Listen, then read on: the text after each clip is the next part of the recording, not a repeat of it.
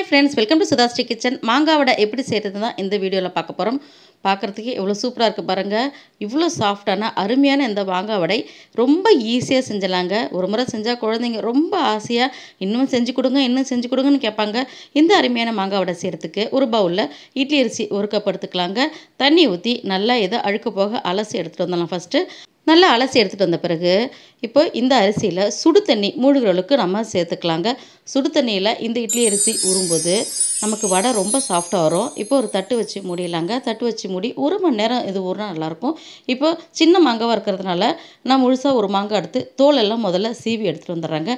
இப்போ தோலெல்லாம் சீவின பிறகு நம்ம மிக்சியில் போட்டு அரைக்க போகிறோம். அதனால் மிக்சியில் அரைப்படுறதுக்கு தகுந்த மாதிரி இந்த மாதிரி சீவி எடுத்துக்கலாம். இல்லை சின்ன சின்ன பீஸாக கட் பண்ணி நான் ஃபுல் மாங்காவை எடுத்துட்டு இப்போ இந்த தண்ணியெல்லாம் வடிச்சிடலாங்க. தண்ணியெல்லாம் வடிச்சிட்டு தான் இப்போ நம்ம சேர்க்கணும். ஏன்னா கெட்டியான பதமாக அரைக்கணும். நல்லா ஊறி இருக்க அரிசியும் இப்போது மிக்சி ஜாரில் தண்ணியெல்லாம் வடிச்சிட்டு இந்த அரிசி எல்லாத்தையும் நம்ம முதல்ல சேர்த்துக்கலாம். அடுத்தது நான் சீவி வச்சுருக்கிற இந்த மாங்காய் துருவலையும் சேர்த்துக்கலாங்க.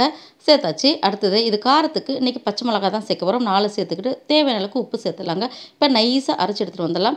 அரைச்சி எடுத்துகிட்டு வந்ததை இந்த பவுலுக்கு அப்படியே நம்ம மாற்றிடலாங்க. மாற்றிட்டு இது கூட அரிசி மாவு 2 ஸ்பூன் சேர்த்துட்டா போதும்.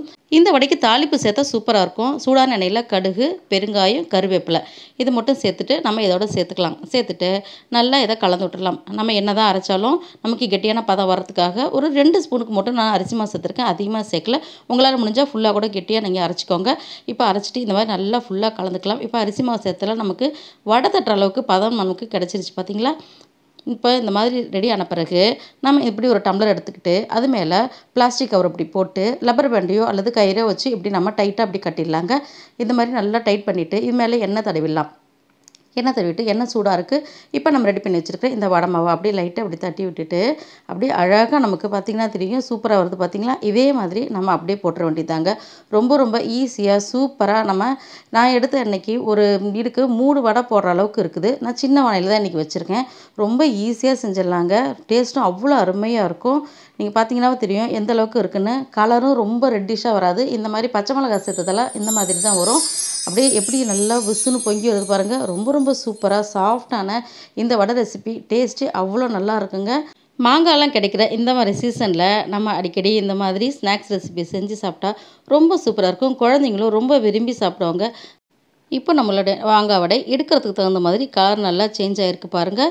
இந்த மாதிரி நம்ம நல்லா 2 பக்கமும் மாற்றி மாற்றி போட்டு நல்லா வெந்த பிறகு நம்ம இந்த வடைகளை அப்படியே எடுத்துட வேண்டியதாங்க.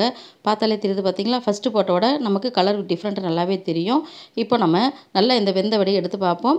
ரொம்ப ரொம்ப சூப்பரான மாங்காய் வடை டேஸ்டியாக நமக்கு கிடச்சிருச்சிங்க. இப்போ வேறு தட்டில் அப்படியே நம்ம எடுத்துடலாங்க.